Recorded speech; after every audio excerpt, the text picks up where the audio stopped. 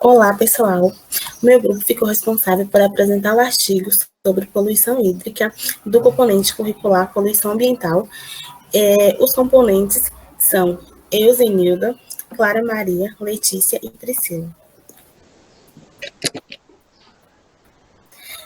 De introdução, a gente vamos abordar um pouco sobre a definição de poluição hídrica e os tipos de poluição. Então, o que é poluição hídrica? A poluição hídrica ela é caracterizada pela contaminação ou pela poluição de mares, rios, lagos, nascentes, oceanos e córregos. Essa contaminação ela vai acarretar em alterações no estado físico, químico ou biológico da qualidade da água. Pode, pode, pode ameaçar a saúde humana ou o ecossistema. E por conta dessas questões, vai limitar aí a utilização da água para fins sociais e econômicos. Os tipos de poluição. Dentro da poluição química, a gente tem os dois tipos, que são os biodegradáveis e os persistentes. Os biodegradáveis são produtos químicos que, no final de um tempo, são decompostos pela ação de bactérias. São exemplos de poluentes biodegradáveis os detergentes, inseticidas, fertilizantes e petróleos, entre outros. E os persistentes, eles são produtos químicos que se mantêm por longo tempo no meio ambiente e também nos organismos vivos. Um exemplo desses poluentes, eles podem causar graves problemas como contaminação de alimentos, peixes e crustáceos.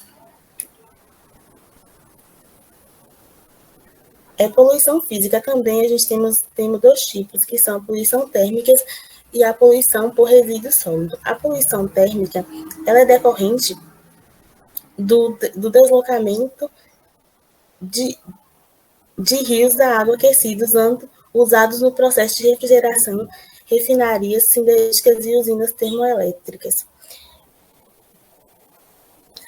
A poluição por resíduos sólidos, elas podem ser sólidas, coloidais e dissolvidas.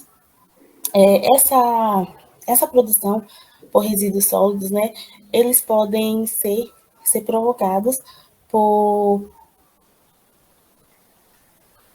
assim, provenientes de esgotos, indústrias e materiais domésticos, e também da erosão de solos corrigidos pelas chuvas ou erosão das margens. A poluição biológica, ela pode ser infectada por organismo patogênico existente nos esgotos, assim ela pode conter as bactérias, né, que vão provocar infecções intestinais na epidermis e na endermis, por vírus que são provocadas por infecções nos olhos, os protozoários responsáveis pela amebas e as vermes, esquistotomoses e entre outras infecções.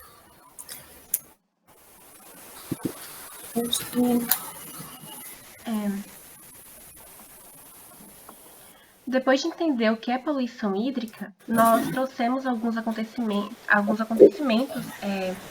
acidentes e crimes ambientais que resultaram em poluição a corpos d'água no Brasil, com o objetivo de chamar a atenção para os problemas ambientais que assolam o nosso país.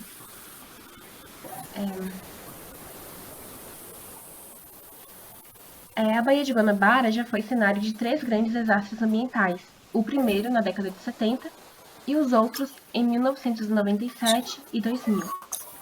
No ano de 1975, um navio petroleiro vindo do Iraque deixou vazar 20 mil toneladas de óleo. Em 1997, ocorreu vazamento na tubulação da refinaria de Duque de Caxias, resultando em 600 mil litros de óleo no mar. 3 anos depois, em 2010, um duto na mesma refinaria se rompeu novamente e dessa vez causou um dano ainda maior, com 1,3 milhão de litros de combustível e graxa nas águas de Guanabara, formando uma mancha que se espalhou por 40 quilômetros. O Instituto Brasileiro de Meio Ambiente e Recursos Naturais Renováveis, o IBAMA, aplicou 2 multas à Petrobras, uma de 50 milhões e outra de 1,5 milhão, devido à morte da fauna local e poluição do solo em vários municípios. Um dos maiores desastres ambientais envolvendo barragens aconteceu na cidade de Cataguases, em Minas Gerais, em março de 2009. O acidente aconteceu na fazenda Bom Destino, localizada a 13 quilômetros da área urbana do município. Com o rompimento da barragem, 900 mil metros cúbicos de rejeitos industriais, composto basicamente de lignina e sódio, foram lançados na bacia hidrográfica do Rio Paraíba do Sul, um dos mais importantes do estado. O abastecimento de água foi interrompido por mais de uma semana em diversas cidades ribeirinhas e cidades do Rio de Janeiro que fazem divisa com Minas Gerais, como a cidade de Muriaé, também foram atingidas. O IBAMA aplicou uma multa de 50 milhões de reais à Floresta Cataguases e à indústria Cataguases de papel.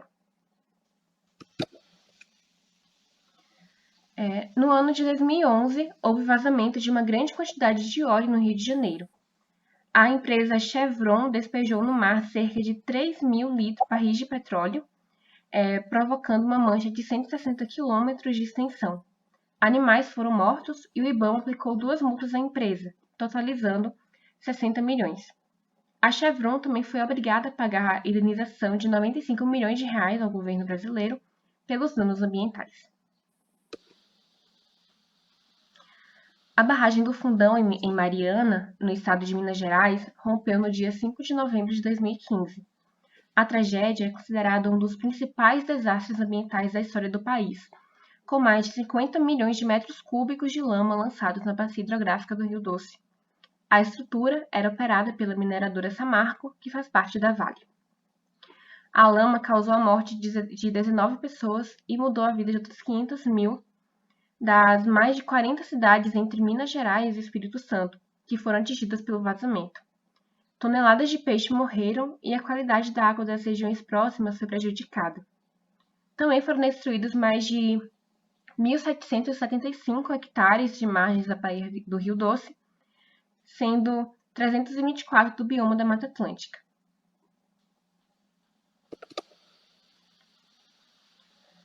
Considerando um dos maiores desastres ambientais do Brasil, o rompimento da barragem na cidade mineira de Brumadinho aconteceu no ano de 2019, na mina do Córrego do Feijão. Esse local abrigava os rejeitos da mineradora e o resultado foi a morte de 259 pessoas, sobretudo de funcionários da empresa, e ainda cerca de 15 pessoas ficaram desaparecidas. A avalanche de lama tóxica atingiu o município de Brumadinho e o rio Paraopeba, que fornecia água para comunidades locais. O impacto ambiental desse desastre foi enorme, com poluição do solo, dos cursos de água, da fauna local e da flora também do local. Manchas de óleo atingiram o litoral brasileiro no segundo semestre de 2019. Dados do IBAMA e da Marinha Brasileira apontaram que foram afetadas 1.009 localidades, ao menos em 130 municípios em 11 estados diferentes no Nordeste e também no Sudeste. O evento prejudicou a biodiversidade marinha com a morte de animais, dano a arrecifes e áreas de proteção ambiental e a poluição de zonas costeiras. Além disso, o óleo comprometeu atividades econômicas, como a pesca e o turismo nas regiões afetadas. Espaços como o berçário marinho do delta do rio Paranaíba, localizado entre o Piauí e o Maranhão, e também o arquipélago dos Abrolhos, a área mais rica em biodiversidade da América do Sul, foram atingidos pelas manchas de óleo e vazamentos de petróleo cru. Os resíduos foram espalhados a uma distância de 700 quilômetros da costa brasileira e aproximadamente 5,3 mil toneladas foram recolhidas. Em julho de 2020, as manchas de óleo voltaram a ser registradas no litoral do Rio Grande do Norte, de Alagoas, Pernambuco e também da Bahia. De acordo com a Marinha, o evento é inédito e sem precedentes na nossa história e traz ensinamentos, como a necessidade de se investir no aprimoramento do monitoramento dos navios que transitam nas águas jurisdicionais brasileiras e nas suas proximidades, destacando o sistema de gerenciamento da Amazônia Azul. A exposição com os resíduos pode causar irritações, erupções na pele, queimação e inchaço, sintomas respiratórios, cefaleia, náuseas, dores abdominais, vômito e diarreia.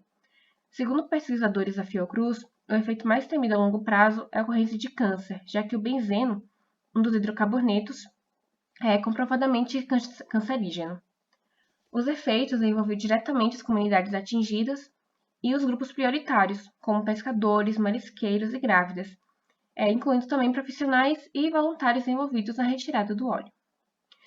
Bom, ainda que alguns desses desastres ambientais no Brasil tiveram uma causa natural, como o iniciador, grande parte deles poderiam ter sido evitados por meio de uma gestão ambiental mais efetiva das empresas e também por meio de relatórios e mapeamento de riscos, além de estudos aprofundados sobre as condições ambientais das regiões em que essas empresas atuam.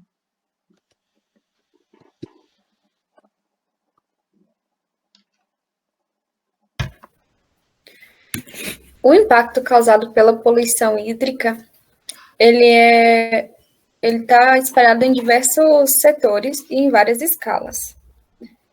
No artigo Poluição Hídrica, Causa e Consequências, ele traz detalhando alguns tipos de poluição e o que elas causam na natureza e em todo o ecossistema. Os depósitos de lixo, que são os lixos residenciais, comerciais e hospitalares, quando descartados de maneira inadequada, vão parar em rios. E em outros casos, como o lixão, pode acontecer o escoamento do chorume gerado pelo lixo para o lençol freático, contaminando a água, fazendo com que essa água fique ácida.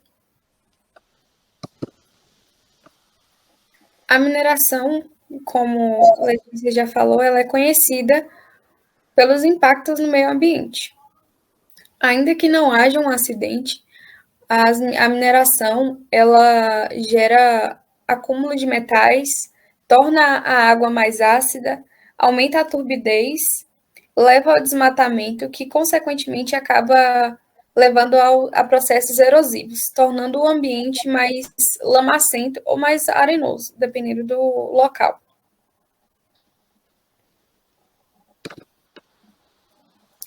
Aqui um exemplo de como a água fica por conta em regiões de mineração. Então, a turbidez da água impede com que a luz a luz passe pela coluna d'água, impedindo a fotossíntese de organismos fotossintetizantes do ambiente.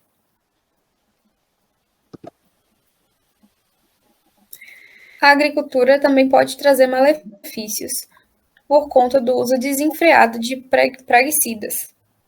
Esses praguicidas, no momento de chuva, são levados para o solo e acabam acumulando no ambiente. Quando os lençóis freáticos eles não são tão profundos, esses praguicidas acabam chegando nos lençóis freáticos e também contaminando a água.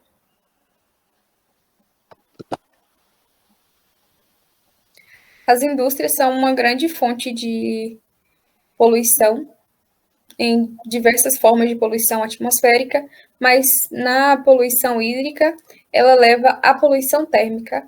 Essa poluição térmica, a água ela fica mais quente, fazendo com que o metabolismo dos animais e dos seres vivos que estão presentes naquela água, ele seja alterado. Em alguns casos, organismos muito sensíveis, eles não sobrevivem. Também pode levar à eutrofização, que é o acúmulo de matéria orgânica, e também o acúmulo de substâncias tóxicas despejadas pelos resíduos industriais.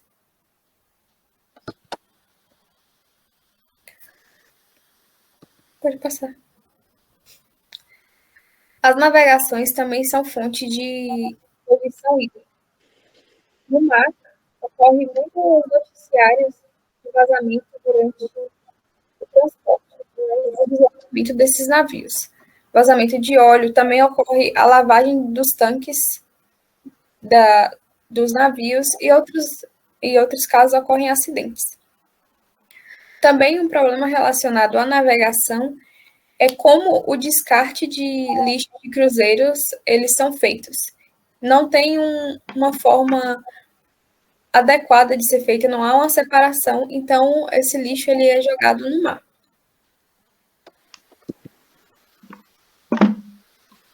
A queima de combustíveis fósseis também acaba gerando poluição hídrica. Por mais que seja uma poluição, primariamente uma poluição atmosférica, o acúmulo de ácido nítrico acaba levando a chuvas ácidas.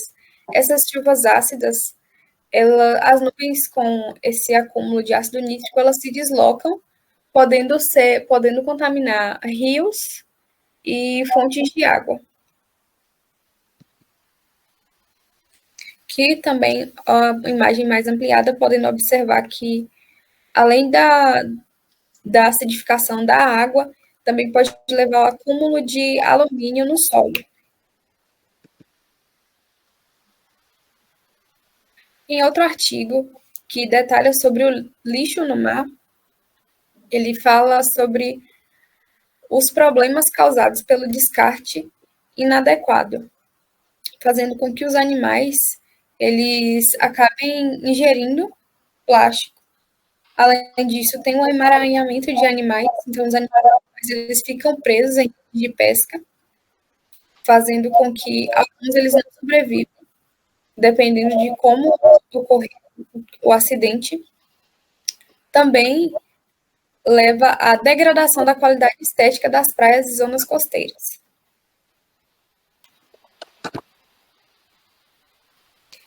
Em um outro artigo, também encontrei sobre a bioacumulação de poluentes persistentes orgânicos, que foi, Zenilda já explicou o que são esses persistentes, e foi encontrado sinais de bioacumulação em pequenos crustáceos que habitam a fossa das Marianas. Então, no local mais profundo conhecido até então, foi encontrados resíduos de resíduos industriais. Pode passar. Foi encontrado resíduos industriais. Os animais que foram observados, eles ficam entre essas, a Fossa das Marianas fica entre essas duas manchas, mais à esquerda, que são duas manchas no Pacífico. Então, a possibilidade é que, além dessas manchas e de uma região industrializada da região do Pacífico, o descarte aconteceu no mar, e esses resíduos eles têm a tendência de parar no substrato, e como a Fossa das Marianas ela é mais profunda, e esses crustáceos eles são bentônicos e se alimentam do que habita ali no substrato mesmo, eles levaram à acumulação desse persistente orgânico.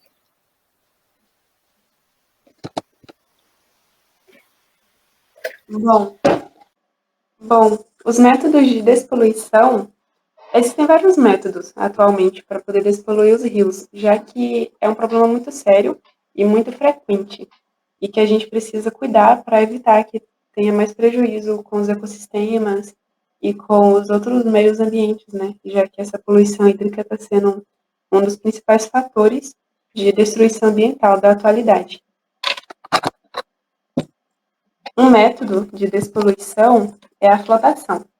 A flotação ela é patenteada, né, por um brasileiro e pode ser utilizada em rios menores. Essa técnica ela faz a separação físico-química da sujeira a partir de substância despejada na água, como pilieletrólito e sulfato de alumínio. Essas substâncias elas têm efeito coagulante, fazendo com que as partículas sólidas flutuem. Um equipamento injeta oxigênio no fundo do rio para que os fragmentos não afundem, e aí desidrata-se a parte do lodo que é devolvida à natureza. Aí outra técnica é a dragagem. Essa técnica ela é diferente da flotação. Ela funciona da seguinte forma: uma embarcação equipada com bombas de sucção faz a retirada de camadas de sujeira, acabando com as placas que ficam depositadas no fundo do rio. Aí depois, esse material ele é recolhido e transportado por meio de tubulações para um aterro localizado próximo à margem. Ou seja, é uma mangueira que vai sugar a poluição que tem ali naquele rio e vai depositar ela perto da margem para que depois ela seja levada para outro lugar onde ela vai ser tratada e tudo mais. É uma técnica muito boa que pode ser usada em rios menores. Outra técnica é o gradeamento. Essa técnica ela é utilizada tanto em rios quanto em estações de tratamento de água. Nela, as grades de material são inseridas na parte rasa do rio, retendo materiais grosseiros, como os papéis, garrafas plásticas e os pedaços de vidro que são levados com a chuva. As grades, elas abrem e fecham conforme as características físicas dos objetos que precisam ser encarcerados. Aí depois o material é jogado em uma caçamba de lixo. Ou seja, essas grades vão ficar no rio, impedindo que esses materiais grandes e pesados passem, meio como se elas fossem um filtro. E aí elas vão filtrando esse material que depois vai ser recolhido e levado para outro lugar para ser tratado de forma correta. Outra técnica que a gente usa atualmente são as técnicas nucleares. Essas técnicas nucleares, elas são usadas em reservatórios e lagoas. Aí, como é feito esse processo? Bom, um radioisótopo pode ser utilizado para fazer o mapeamento do trajeto e da quantidade de poluentes presentes na Terra e na água. A radiação que é emitida pelo átomo radioativo acaba penetrando nos materiais, tornando facilmente detectáveis por dispositivos especiais. Aí mesmo os números bem pequenos conseguem ser detectados. E aí daí você sabe onde está aquela poluição e vai poder retirá-la de forma mais fácil. Outra técnica são as técnicas ecológicas, né? Que esse tratamento de água ecológico, ele é de fácil implantação em canais, rios e lagoas, né? Lagos que são contaminados. Essa técnica, ela processa a recuperação e também transforma todo o entorno do curso da comunidade, do meio físico. Então, ela é muito utilizada, ela é uma das mais fáceis dessas 5 que foram citadas. Esse sistema, né, de técnicas ecológicas consiste na instalação de jardins que flutuam, ou seja, ilhas artificiais. É como se fossem pequenas ilhas que são cobertas por plantas aquáticas que vão filtrar os poluentes sem o uso de produtos químicos. Então, essas próprias plantas aquáticas vão começar a filtrar aqueles poluentes químicos que estão naqueles rios, lagos, etc. Aí, o custo dessa despoluição é bem menor, é bem mais baixo, né? Ele é uma despoluição de baixo custo, e ela pode ser usada em tratamento de águas residuais também, de forma gratuita. Então, ela é muito boa, porque ela utiliza uma forma mais natural de retirar, ela é de fácil acesso e ela também é mais barata. Então, ela é muito boa. Porém, ela também só vai poder ser utilizada mais assim, em rios, lagos e tal, em questão de oceanos ou outros tipos de água maiores, não poderia ser utilizado de forma tão fácil, né? Porque precisaria de muito mais equipamento.